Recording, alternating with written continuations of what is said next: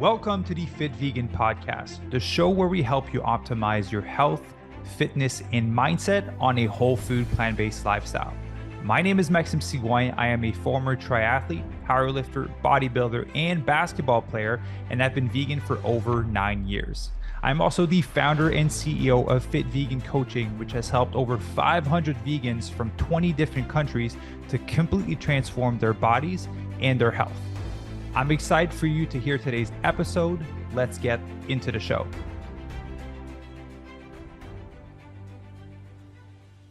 All right. Good morning, everyone, and welcome to another episode of the Fit Vegan Podcast. Today, I'm joined by my good friend, Roger, the host of Latino Vegano, which had the opportunity to be on the show a few weeks ago. Roger, how are you doing today? Hey, I'm doing great, Maxime. Thank you for having me. Yeah, man. Of course. Very excited we get to chat. So Robert put us in contact maybe a month ago, potentially, and we got to connect on your show. So very excited to have you on mine here. I'd love to talk about your transition to veganism because I know you went vegan way before it was cool and there was all these foods and information that we have today. Right. Yeah. So what got you into this journey? Yeah, I appreciate it. Thank you. Thank you for having me, like I said. And I'll share a little bit of my story. So I'm originally from Panama, and so if a lot of people know, so just like any Latin country, they're really heavy into the culture. Culture is like their big thing, right? A lot of these countries they rely heavily on their culture because they have what they call like a custom food or typical food, they call it. They got a typical way to they dress, and then all they have is different type of cultural things, right? So the reason why I say that is because that's where my journey started. So started it actually 20 years ago, and the way I got into it was I actually have a friend, and my friend he's vegan. Oh, he was a vegetarian or strict vegetarian. That's how I used to call it back then.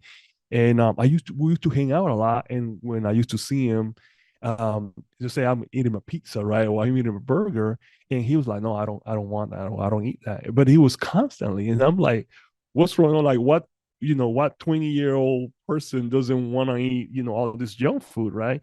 Yeah, who doesn't want pizza? And then, right? And he's like, "No, I don't eat that. I don't eat that." So, but he never told me exactly why he wasn't eating it. I'm very curious. I'm like, "Man, what's going on? Like, why you don't want to eat this food?" And then he was like, "Well, I adopted this diet." Like, you adopted what? A diet? Like, why? Like, why? I mean, what's the reason that you did that? So all that curiosity, I started asking questions, and since he started seeing that I was more interested in knowing, he handed me a book.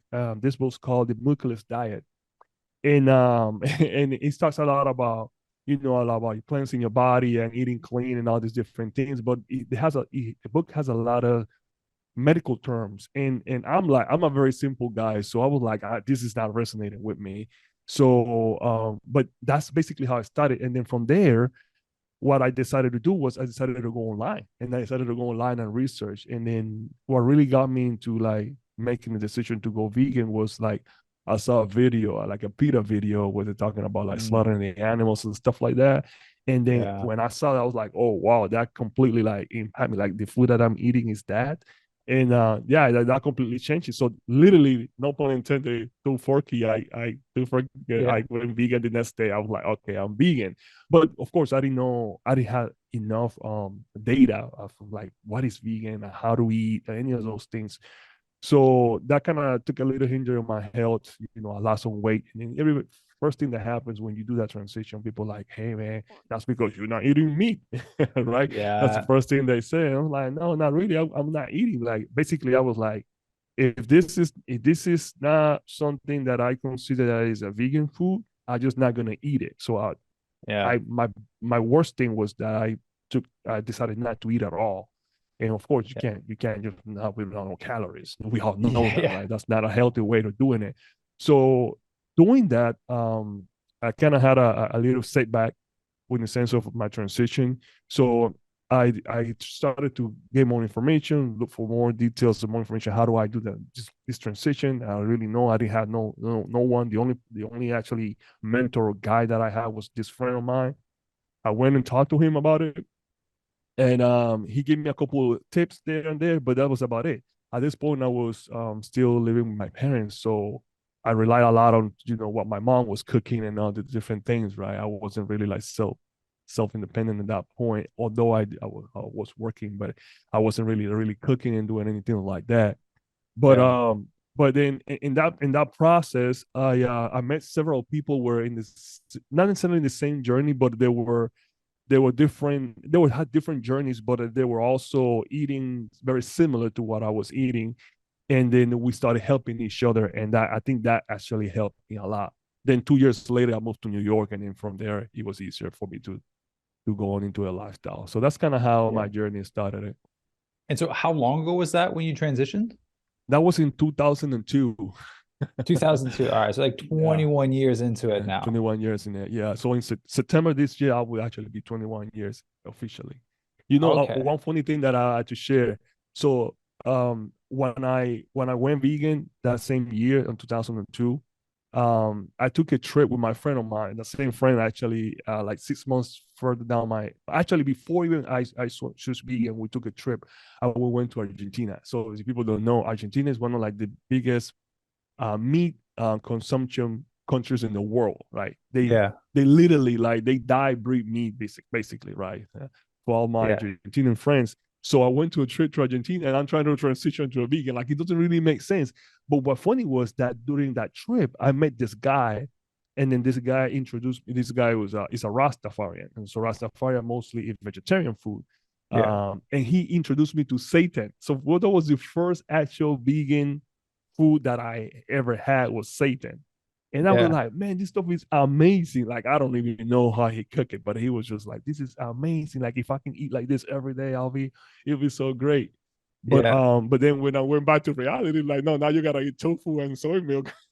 Yeah. It never tastes as good as a restaurant kind of people that prepare it for you. But that's kind of Absolutely. funny that it's in Argentina that you kind of discovered Uh, seitan out of all places.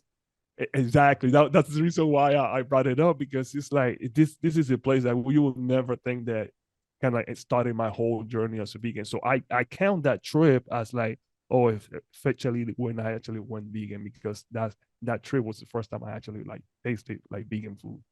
Yeah.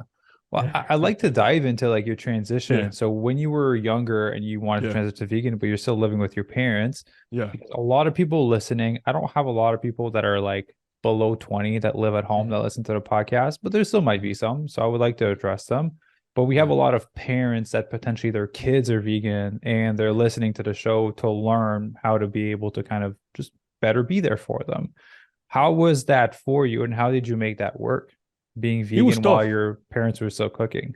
Yeah, it was tough. It was tough because again, the first thing, my parents, there was not, of course, we know that there was not a lot of information. So that was one. So they didn't even know what I was talking about. But the first thing was my parents thought that I was in some kind of cult, some, That's what I was going to say. Did they think you were in a yeah, cult? yeah. They thought I was some kind of cult. Like, I mean, like I went crazy, or like became a hippie, or they started getting all the stigma, all these different paradigms about like this, about the lifestyle.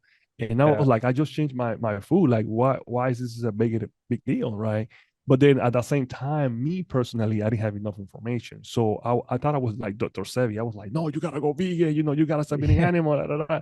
So I was preaching hard also, Yeah. which it could be a advantage or a disadvantage depending on the family. So Yeah. going back Dr. to your Sebi's a question, yeah, legend. Dr. Sebi's a absolutely. legend. Yeah. Absolutely, it is a legend. And so it was a very tough transition in that sense to communicate that message to my parents. So it took me several years to kind of like figure it out. And Yeah. what worked for me was leading by example. So I would just put it that way. So instead of me preaching to them to go vegan, I actually led by example. I showed them that I can have a healthy lifestyle, but it took me several years to kind of figure that out. So I don't. Most people might have a different approach. I mean, so for some folks might work, cooking meals for their parents, or talking to them about them, show them a video. I did all that. I did all of those. I showed them videos. Yeah. I talked to them through books. I even talked to them through like the medical side, because my sister is a doctor. So by having my sister as a doctor, we always sometimes have this kind of battle in a good way, right? Like she'll Yeah. pull up like all the medical field lingo and studies and whatnot, and then try to counteract, whatever other information I have regarding to vegan and especially plant-based lifestyle. And then we sometimes go back and forth, but at the end of the day, oh well, she's a medical, so she'll win that. It She'll win. discounts So quote everything else unquote, you're yeah, doing. look at everything that's it, right? So what I try to do is like, okay, let me bring a couple doctors that actually have medical degree that can speak about this topic, and then even with that information, still like, man, I don't know, that's in the US. So Yeah. it's always something. So for me, that was always a constant battle. And the day that I decided not to fight that and then just lead by example, that the day that things started changing for Yeah. And that funny. Do you know, I just had this conversation. Do you know Yeah. Ella Majors from Sexy Fit Vegan? Yes, of course. I actually had it in my pocket as well. I was in her as well. Yeah. Oh, nice. I just recorded Yeah. with her like 2 hours ago, basically. Really? But we're talking about the same thing, how like vegans, like we gain nothing out of pushing veganism, right? Yeah. Like when you think of Right. it, like we're just really passionate. Like we just know it makes Right. sense for the environment. We know it makes sense for the animal. We know it makes sense for our health. And Yeah. then we Yep. literally go against the grain and grab the hardest path possible where you're not socially accepted, especially when you transition in the 2000s, to say like, hey, like this feels right. This sounds right. When you look at any other way of eating, and no one does that, right? There's no one that's going to be into meat eating that's going to be like push it to the extent that a vegan would push it, or don't someone's doing paleo or keto. Like they have strong beliefs now about it, but they have something to gain from it. Like veganism, there's nothing to gain. You're literally going against the grain, and most people don't like you at first because of that reason. Correct. But it's such like, I think people should question like why we feel so strongly about it, even though we have nothing to gain from it. It's because there's something there. Yeah. Ultimately. That's true. That's true. And I understand both sides. Like for example, like I've been on both sides. Like I've been that passionate vegan and it's pushing veganism hard. And I understand why I get it, especially like if you are an activist and then, for environment or whatever. So I understand the passion that goes behind it and understand it. And at the same time, we have seen how people get turned off by quote unquote us pushing our agenda, and so you gotta also see your crowd, right? That you're gonna have a crowd, you're gonna have a group of people that gravitates towards that type of approach, but you're gonna have all the softer ones or whatever you want to call that would rather have a more easier way to showcase the lifestyle. So yeah, you'll see that. It takes people from different realms because the activism and all that helps. Right. Like kind of the same conclusion that you came to was like, if I lead by example, people will come to me to ask questions versus me pushing it on them. Right. And I'm curious how that transitioned for you, because like you have a pretty impressive physique. Like I didn't ask you this on your show, but like how tall are you and how much do you weigh? I'm 6'2". I'm 6'2", and on my off season I'll probably weigh about 220. On competition weight, I'm probably about 180. So it depends of the show, 180, 190. Yeah. Yeah, you're a big guy. So like I'm 6'4", 200 right now. So you definitely have more muscle mass than I do, but we're about the same height for people that try to imagine what it looks like. So you're a big guy. And again, that was like almost 21 years ago to transition to veganism. So your whole body was built on plants. Correct. And so how has that played a role into you being able to kind of influence people in a positive way to eat plant-based? Absolutely. So I love that question because which is a great question, by the way. One of the things that I always I was always an athlete. I play basketball, play baseball, soccer, football, other different sport. I even played American football, as a matter of fact. So I even played like all sports. So I was being into sport, and so I had a really bad injury on my and I had a really bad injury on my senior year, or actually my freshman year of college. And basically my whole basketball career got shattered off. Like, okay, this done deal. You're not gonna play anymore. So at that point, I played ball for ACL. 8 years. Did you? ACL, okay. I see the basketball behind me. So yeah. I played for a long time. So it was your knees? I guess your knees gave out. I got on my knee. Yeah, I jumped to grab a rebound, and the guy fell on my knee, and I just cracked on the other side. I was like, so I did it, I kind of just snapped it back in and kept. Yeah. Yeah, I get So that. it was over for me at that point. And so when that happened, I was like, okay, what's gonna be next for me? Because sport played a really big role in my life generally. Like since I was a kid, my dad used to take me to like games with him and stuff like that. So he brought me up into that world, and I always feel like it's a need for me to have it. So I didn't really have anything else after that. So um, so I started seeing bodybuilding as an or training lifting weight as an option for me because it's an individual sport. I don't need anyone. It's just all on you. It's on Yeah. you. Like you can blame your coach if you're not doing the work. So let's start from Yeah. there, right? So I started seeing training as an option, and I was like, you know what? Let me go ahead and get on this weights and whatnot to see how it goes. So I used to go flip flops to the gym. I was kind of lazy in that sense, right? Because I didn't think I needed it, right? So I used to Yeah. go to the gym in flip flop. I was with my phone. I was just like around the way, just like goofing around, basically, never taking it seriously. And during that time, I was in a relationship, and the person I was dating, she was like, "Hey, you know what? I wanna get in shape. I wanna get in shape, and just hire a trainer or whatnot." So we hire a trainer, and then the guy was like, "She and you also have to come. I've been watching you. I've been looking at you the way you move when you come to the gym, and you don't have so knowledge. You gotta get in shape as well. Like you personally has to work out." So I was like, "Me?" I was like, "All right, well, you know what? I'll do it." So I took a challenge, and we started working out, man, and I fall in love with it, right? So Mhm. automatically I was like, I got fall in love with it. And the next thing that somebody that gets fascinated with the gym is I want to compete. Yeah, for sure. I want I want to compete. So I want to do a competition now.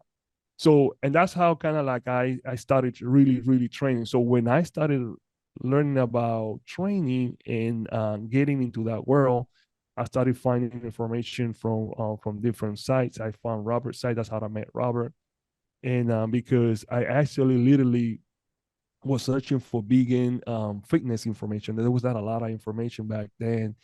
And the one thing that triggers this whole movement for me was because when I went to the gym, I went to a gym for the first time, and when you sign to a gym, they give you like a complimentary session, like, oh yeah, here's a free session, just okay, so you can get like familiar with how the process is, and then eventually they want to sign you up so you can get like a personal Yeah. trainer or like a gym trainer. Okay, so when I went there, I went with a magazine, and I told this guy like I want to look like this guy in the magazine. He was just a regular guy, kind of rip and whatnot, right?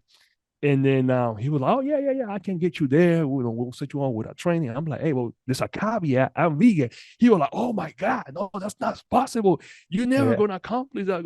This dude freaked out. I'm like, "What do you mean it's not possible? What kind of coach are you? Like, you should Yeah. have been, you should be telling me, well, let me find out because I don't know how to do it, but don't tell me that it's not possible." Like, so he was like, "No, it's not possible. You're not gonna accomplish that. You're not gonna do it. You need protein. You know how that goes." And then Yeah. so forth. And then from there, well, I decided I was like, you know what? I'm just gonna find out vegan bodybuilders or something around those lines. I started looking online because I knew there has to be a way. Like there has to be people like me. I'm not the only crazy one. And I found Robert, and from there, I was like, where you guys at? Like, where you guys hang out? I was Yeah. like, well, I'm here in Portland, and the other one is like I'm in Seattle, like all over the place. And I was like, oh, I'm free in Texas, so I was like, all right, well, I want to fly to y'all, so I'll fly all the way to wherever these people were, and I started meeting all these different athletes, and that's how I started like getting more inspired. And at that point, I was probably like about 230. And then they were like, why you don't compete? Like you have such a big frame for no reason. I'm like, I never thought about it that way. I just wanted to get big because I wanted to prove people that you can build muscle being a vegan. So that Yeah. was like my only motivation there. I didn't really have any other thing motivated me to continue like growing muscle. I just wanted to get big and strong because I wanted to kind of quote unquote prove something, which again, probably not necessarily the right approach, but I just was trying to find It's something a to lot motivate me. of people's approach. You'd be surprised. It's a lot of people's approach. Like it's a great physique is such a great way to get people to come to you to ask Yes, questions about veganism. I agree. Exactly. Yes. And you know what? It was interesting because and that was why I told you that I led by example, because through that, I was getting more people asking me about being vegan that when I was like, go vegan, you know what I mean? Like I was Yeah. getting more people coming to me like, are you vegan? Are you sure? Like, you're not eating like chicken on the side? Like, nah, bro. Like, I've been went vegan first before I even started lifting weight. So for me, it's always being this way. And I'm like there's no way. And then the questions started to asking me questions about it. And then that's how I was like, okay, now I can use this as a form of activism some way, somehow, because I'm using my own self to show people something, or not even, I mean, not trying to show, just being myself, but at the same time, people are asking me questions, and then it's creating some impact. And you know how many people then come to me and be like, "Hey, you inspire me to do this. I'm working out more. I'm eating less meat, or I changed my lifestyle." I even helped transition several people into plant-based and vegan from doing this. So I'm grateful for that, and at the same time, I'm happy that I found that path to be able to help others, because at the end of the day, I want to help people some way, somehow, to make the best decision. And we know how beneficial it is being plant based, being vegan, and all these different things. And of course, when Yeah. you combine that with the health and the fitness and the different things, so why not share that with others, right? I want to be able to share that information with others. I'm not trying to just keep vegan for myself. I want everybody able to benefit out Yeah. of it. Of course. And it says a lot about you and kind of like the other people that are kind of in the same Yeah. realm as us, how we're Right. willing to use our body how we're willing to work this hard to have our body be a billboard to represent veganism, to show people Right. like, hey, you can be big, you can be strong, you can be ripped, you can do Ironman, you can have endurance, you can do all of these things. Right. Like we have to know yourself too. Like I won't ever look like Roger. I don't like have the patience to work out to get that big. I like endurance stuff. So I'm like, let Mhm. me prove it my way. Right. Right. And so I'm curious for you because you've done Mhm. prep. Obviously, you stepped on stage. So how Yes. has the prep been on a vegan diet? Because when I did Mhm. bodybuilding, I wasn't vegan. When I stepped on stage and I got to like 4% body fat, all that, I wasn't vegan when I Right. did that. That was like many, many Right. years ago. So I remember how shitty it was to prep for that. How Yes. was that for you? What did that process look like to Mhm. be able to step on stage as a vegan? Right. Yeah. So basically, I only been on stage as a vegan. So I never been or done anything related to like fitness, stage show, any of those things, as a non-vegan. So Mm. this is the only way I know how the process goes. And for me, is at the beginning, I think the most important thing was you need to find the right help. It's like you don't you don't want to talk to a coach that doesn't understand, knows, or at least is willing to learn about plant-based, because the first thing a lot of coaches, when you tell them that you are plant-based, they'll be like, "Oh no, you have to eat chicken, or you have to whatever," right? So they'll completely, especially because we're talking about is they giving you a meal plan, or even if they're giving you macros, right? They're gonna say, well, you need to eat some amount of protein, and they'll probably don't have no idea what kind of protein sources you can, as a vegan, take to be able to maximize your workout. So Yeah. so it's important that you find the right help, and then now there's tons of vegan coaches, or at least there's a lot of vegan coaches, and now on top of that, there's a lot of now coaches that they're seeing the progression of the lifestyle, and then now they incorporate it, or they at least they got more familiar with that. So for Yeah. me, the first time I prepped for a show, um, it was a completely different game, because I was more shocked about the workout more than the food power, because I've always been vegan, so I didn't need to change much of that. But the way you work out to train for a show, I was like, I don't know if people consider bodybuilding a sport because of the whole aesthetic, you on stage and all these different things. But the way I train, man, and plus you have an off season and a season. I was like, Yeah. the way I train, I mean, from the cardio perspective to the lifting weight, and all the different sets and repetitions and all these different things, I was like, no, literally, to me, this is a sport. Even though you're on stage for like, I don't know, 5 seconds, and then you have to pose in Which is kind the of hard little part. clothes. Correct. Like Yes. I killed Right. myself from the past year to put on muscle Right. and then cut for like 12 to Right. 16 weeks. And you Correct. step on stage, do a few poses, and then bam, And that's out. And it. then they judge you. And that's it. Exactly. And then the other aspect of all of it was, so for me, was the training was tough just because of the amount of hours that I need to give into it. Then Yeah. add to that, you have to include your personal life, right? So you already kind of segregated to some extent from the world for whatever reason. Now when you prepping, it's even more because your social life kind of takes a little plunge because now you're not going out to eat with your friends and having all the different things, and then you have to understand, and you might have to meal prep, you have to organize yourself, and the consistency plays a role. You don't want to like train hard for like 3 months and then the last couple of weeks then you mess it up completely, like, you know what I mean? Yeah. So it's all Yeah. these different One details. bad meal So can screw it up before the show. completely right. Yeah. So for me was like there was a aspect of the mental game. So there was a gaming between the game, and that game was a mental game. Mm-hmm. Is you able to dominate that, then you can accomplish anything in life. And this can apply for anything, not just like bodybuilding. It could apply for anything. So that mental game that you needed to be in that mindset, kind of like Kobe Bryant said, like Mamba mentality or whatever you want to call it. But Yeah. you had that mental aspect of it. It was to play a key role because you had to be focused. You had to do your due diligence, even if it's repetitive. You had to meal prep or whatever it is that you needed to do. Like you had to follow that to a T to be able to accomplish the goal. And then you don't have no once you complete those things and you follow those things, you should have no reason to say, well, I did my best or I went on stage and Yeah. then it's all about the judges because you did everything. Like I think one time Tori told me like you can't blame the judges for the results, right? But you can blame yourself for not giving the effort.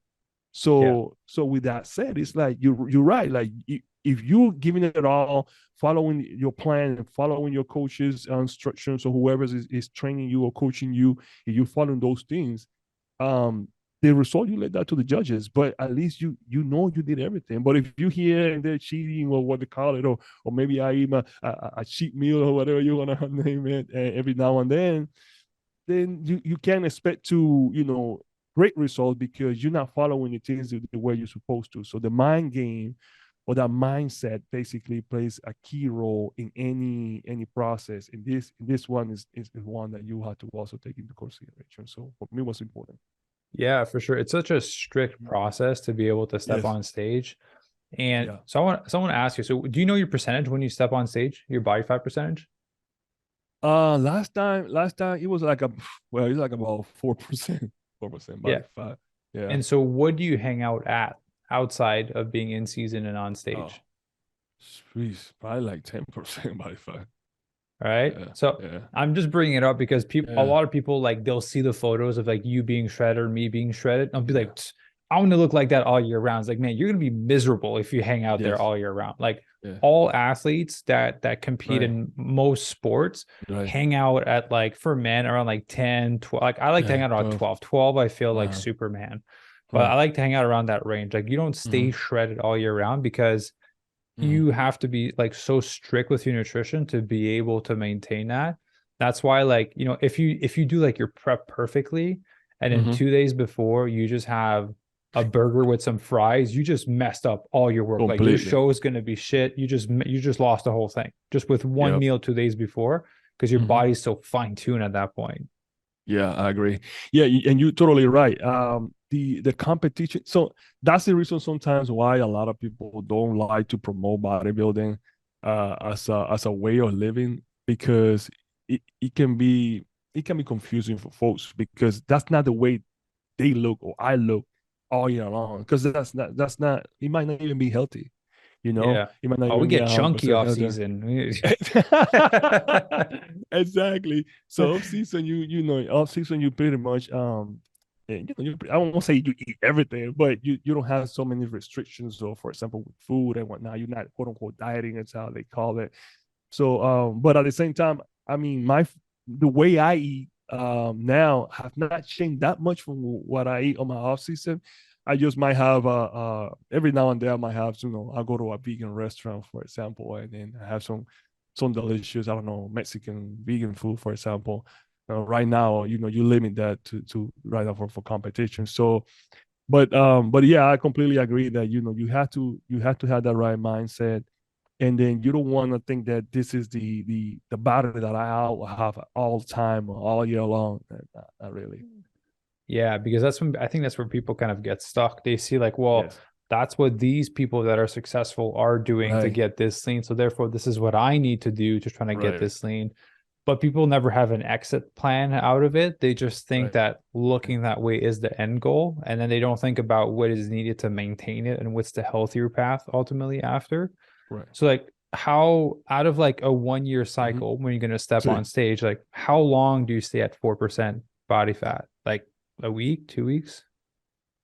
Yeah. So basically, so I right now I'm competing every 2 or 3 years. So I don't compete every year. So right. So Yeah. I give my body enough time to rest, to prep, Build so my whole lot, muscle. yeah, to build muscle exactly. So my off season are pretty long. I know folks that they compete like every year or every other year, or they have some kind of cadence. I don't. I try to spread it out a little bit more. Um, Maybe I'm not such a strong uh, passionate with competing like some. I love it. I like it, but at the same Yeah. time, I have some other things also that I have in my bucket. So I don't really focus 100% like on competing. So that's the reason why you know I'll stay 4%, for example, 3% body fat during the show, and then slowly I'll start doing that reverse dieting, so I can Yeah. start bringing my calories back and going into my off season, and then I'll remain that way for a couple years. So last time I Yeah. competed was in 2019. Okay. So it's been a while, and I was supposed to compete. I was supposed to compete every other year, but I had a couple years in between because I was doing some other things, right? And then Yeah. I was like, okay, so this year came. I was like, you know what? I'm ready to compete. I'm gonna take a show, and luckily for me, the show that I'm picking up is close by, so I'll be able to do a local show. So, Nice. All right. One thing I want mhm. to point out is your healthy mindset when it comes to it, because a lot of people will be like, "Oh, I need to do a show. I'm getting fat. Like, I need to like start that process." He's like, "No, man. I'm just gonna take 2, 3 years. I'm gonna bulk up, pack on some muscle, remove Right? the stress." Because I think too many people get tied up. I'll Yeah. put it this way: I think most people that haven't had a six pack or been in like shape, tip top Eh, shape, want it so badly that they're willing to like ignore all the other areas of their life to try to get this specific thing. And I think that's right. kind of where we're all at the first time we compete. Right. But then eventually, like, well, there's friends, there's family, there's career, there's mission, there's impact. I want to serve. There's other things that you Yes. want to do. And then you realize, like, oh, fitness is not my whole life, but it's a part of my life. And I Mhm. think once you make that distinction, then you fall into the healthy mindset that you have, which is like, hey, let's just compete every 2, 3 years. And then I can Right. focus on those other things and then do compete for fun, not because I feel like I'm getting chunky and I need to lose weight, Right. because you have kind of that handle. And I think most people too, like they compete every like 6 months or a year. Like your physique's not Mhm. different, right? You don't have time to Right. put on enough muscle for your physique to be Exactly. different the next time you cut. I agree. And then another thing is, that doesn't mean that's just because I'm not competing, I'm not training. I still train. I'm still Yeah. training. I'm still staying active. I'm riding my bike. I might dabble in a different sport. But I'm still staying active because for me, I use the gym as not only as a place that I can relieve and I can feel good about myself and work on my physique. So I use that for that perspective, but I also do some other activity. So not because I'm not competing, doesn't mean I'm not training. And Yeah. so I want people to understand that too. So if you want to compete, great. Make that your goal, and you're gonna get on stage. Maybe you want to check it out your bucket list, how whatever is that your goal is. But that's you don't have to do that, right? You don't have to be a bodybuilder or a bikini girl or any of those things. I mean, that's up to everyone's personal goal. Is you do get the right help, with the right people. But then you got Maxime, he got experience in that. You can ask questions, ask all the different questions. He'll be able to help you, assist you, because he had not only have experience, but he had the knowledge. So, Yeah. but for most people that wants to just stay, you know, with a good physique, you know, your program is probably a good way to accomplish that, because then, you know, you still look good, but feel good about yourself, and you use it as a healthy methodology more than anything else. Yeah. No, I appreciate you saying that. I'm always upfront with people. If people Mm-hmm. want to step on stage, I'm not the guy to bring Yeah, them there. I'm yeah, the guy that's going to bring you like lean so you look good at the beach, but stepping on stage and like being dehydrated and shredded and your skin sticking to your muscle, I yeah, refer people elsewhere, right? There's yeah, Yakimo, there's Tori, there's a bunch yeah, of people yeah. that like actively do it. To me, competing is like doing an Ironman or hiking Everest. It's like a thing on your list that like I did this. But Right. you know, we talked about before we started recording, actually it's kind of perfect kind of full loop. People are scared to kind of test out and try new things. Mm-hmm. And so to me, I was like, well, let's just do Yeah. bodybuilding. Let's give it a shot. I was like, I didn't have that great of it was cool to do, but I wasn't in love with the process. I was like, I'm gonna go do something else instead. Right.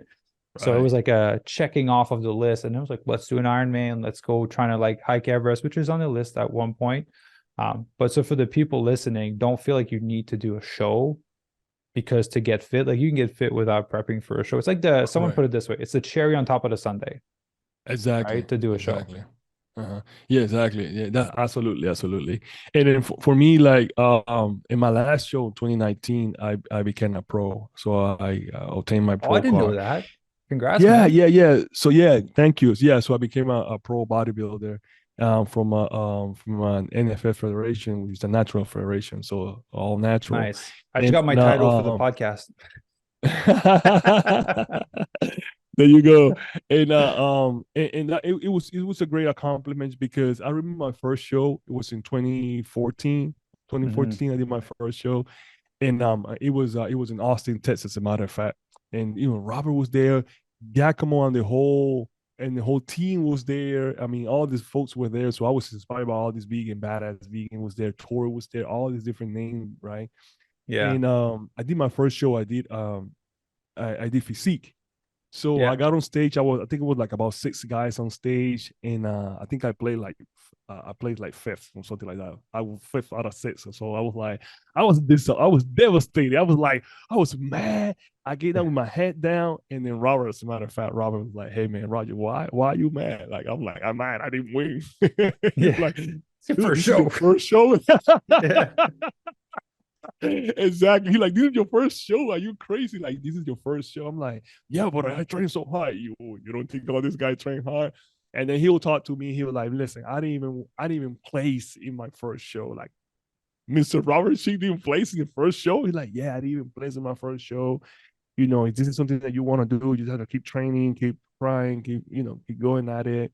You'll get better. You'll train, stuff like that. So he talked to me, and I was like, I feel better. You got Mr. Grandfather of bodybuilding talking to you about it. So I was like, you know what, you're right. And then I did my second show after that. 2 years, I think it was like 2 years later, and I think I played third. I was like, okay, I'm going up, right? See, the first Yeah. show played fifth, third show played third, and then my third show, then that's when I won actually. So that's when I won my pro card that In show 19? in 19. Yes, Yeah. So there's what, and like then 5 years difference? Like yeah, yeah, you did 3 shows in 5 years. right. Again, so you took like the time to bulk and actually change your physique.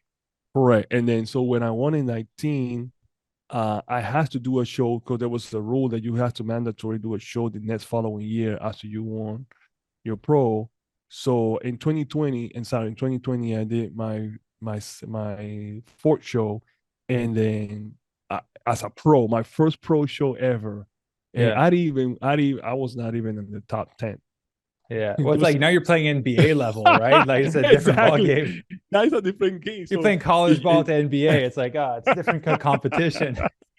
exactly. So now, yeah, now you're playing with the big boys. Exactly. So now it's like, now, you're doing shows where you have like 5, 6 guys, 7 guys. Now you're doing shows with 15, 20 guys. So it's like, Yeah. whoa. So it's different. And of course, the competition is much, much better. And I did my first show as a pro in 2020, and I didn't even play. So this is gonna be my second show as a pro now too. So I'm excited. I'm gonna do 2 shows this year because I changed a little bit of my strategy. And now we're talking about it. I changed a little bit of my strategy. So I'm gonna do 2 shows. So I'm gonna do shows on October 7th, and I'm gonna do one on the 30th. And then I'm done for the season. So I'm going my off season. And who knows when, maybe 2 years from the road I might do another show now. But for now I'll focus on something else. Nice. And you can do it in Yeah. Texas?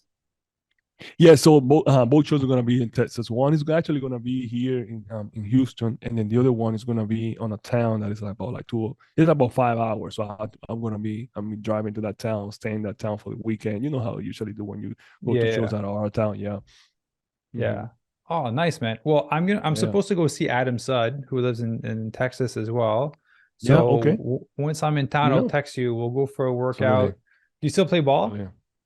I do every now and then. Yeah. I'm not as I don't No have more my dunking? no more dunking. I don't have my hocks anymore. Not crazy, Like I man. said, Like you're younger and you're just bouncing everywhere, and then you bulk up to like 200 plus pounds and you just feel like a brick. You just jump and you just go like bang. I Yeah. know, right? Yeah, you don't jump anymore. Yeah, Gravity's yeah. a bitch when you get heavier. It's just like you don't get up as high. You touched like I tried dunking the other day and like I just like smacked it in the rim, like just the ball. I just hit it. I missed it. I was like, Now you gotta get a gotta, bit lighter. yeah, you gotta play. You gotta all head fake and just hezzy and all this kind of move, all these tricks. Yeah, the body doesn't move the same way when you're heavier, right? You just try to do like a spin move, and then your whole body with the momentum of your weight just like throws you off. I know, yeah, exactly. Robert plays ball too, right? I think he did mention, I was hanging out with him. We went training at the Golds in Venice, and I think he did mention that. Yeah, I told him we should play a game. We should just play like a vegan basketball game at one point. We should. I'm out. Who also plays ball now that we're talking about this? Vanessa. You know Vanessa? Vanessa from what? Vanessa from Colorado. She wrote a book with Robert as well. Okay. Yeah, she plays ball. She actually used to be a really good basketball player. She used to play D1. And then, really? Yeah, badass vegan play ball. There's a couple of guys that play basketball on our team. We should definitely have a vegan basketball tournament. Might have to organize that in Venice Beach, a little vegan basketball game. Yeah, with some food after that. Ooh, that would be nice. Yeah. Shit, man. Vegan versus meat eaters who just like who's vegan? We get like Chris Paul on our side. We get like all the vegan NBA players to kind of come. Yeah. I know, right? Like, that would be nice. You got Kyrie Irving is plant-based, and a couple of those guys that can play ball that are plant-based. That would be nice. Yeah. Yeah, man, let me think on that. I think that would be really cool. The thing is, we're all pretty tall though. Like we got to find a point guard. We do. We definitely have to find we're all like big men, basically. We're all like centers. Yeah. Right. Right, definitely. Yeah, that would be a good idea. Yeah, definitely. Yeah, I'm gonna think of that. That would be cool. Because you know how it is in the vegan world. Once you kind of get connected with people, you get connected with everyone. And then now it's kind of like now I feel that I'm connected to everyone. So I think it would be really cool to do something like that. Absolutely. Yeah, same way. Yeah. I mean, once you start meeting a couple vegan, and then we are a small community, but a big community in the same way, right? The thing is, like, we all kind of spread out all over the nation, which is good, which is good because you could go to a place and you have a friend there, right? Yeah. Well, I'll definitely text you. Yeah, I'll definitely text you when I go to Texas. Please try and go there in the next few months, for sure. Let me know. I'll drive to Austin, wherever you are, and then we'll meet there. We'll have some food or whatnot. Have workout, whatever we need to do. Awesome, man. Well, Roger, I want to say, man, a big thank you for taking the time to jump on the show. Yeah. Thank you for sharing your insights, because I haven't really talked about this with people when it comes to like bodybuilding prep and kind of everything that it involves. So that was kind of like a first out of like 200 plus episodes we ever recorded. So I appreciate that. You're welcome anytime. I mean, if anyone have any questions, I mean, I'm an open book. You can reach out to me, and I'm glad to have a conversation. I see whenever you're in Texas, let me know, and if whenever I'm in California, I'll let you know too as well, because I like going places. Yeah, absolutely. And so for all the people listening, I'll put all of Roger's link down below. So his Instagram, his podcast, his YouTube channel, all of that. So I'll link all that below. So you go show him some love and some support. And for the Spanish speaking community, and you do have some content, right? Because the podcast is Latino Vegano. Right. Yeah. So I do an episode in Spanish and I do an episode in English as well. And then eventually I'll do Portuguese when I learn the language very well. So, but in the meantime, we'll keep it that way. Yeah, I've been thinking about that because you can do like a AI translator with like your voice, Yes. but in like, for example, if I do Fit Vegan Spanish, you can just Right. AI transcript the whole thing with my voice, but in Spanish. Yes, you can. Yeah, like Mr. Right. Beast on YouTube, Uh-huh. And he had he has a couple of channels. Yeah. Spanish and a few Mhm. channels, but it's all like AI transcripted. Are So they? yeah, Okay. yeah. So Okay. something to do for the future. Yeah, yeah, absolutely. That's a good idea. Now, the only one thing is like if you can have someone at least kind of scan through it because sometimes they make mistakes. Even in English, Y- they make Yeah, mistakes. yeah, They might translate your name differently, right? So you don't want them to say you want them to say corn, not something else, right? yeah, yeah, yeah. For sure. Yeah, we're gonna double check. There's gonna be some bad transcripts sometimes. Yeah. Yeah. Awesome. So Well, Roger, all right. appreciate you, man. Thank you You're for welcome, jumping Maxime. on. And for everyone, thank you very much for listening. And make sure to check the links down below. Bye, y'all.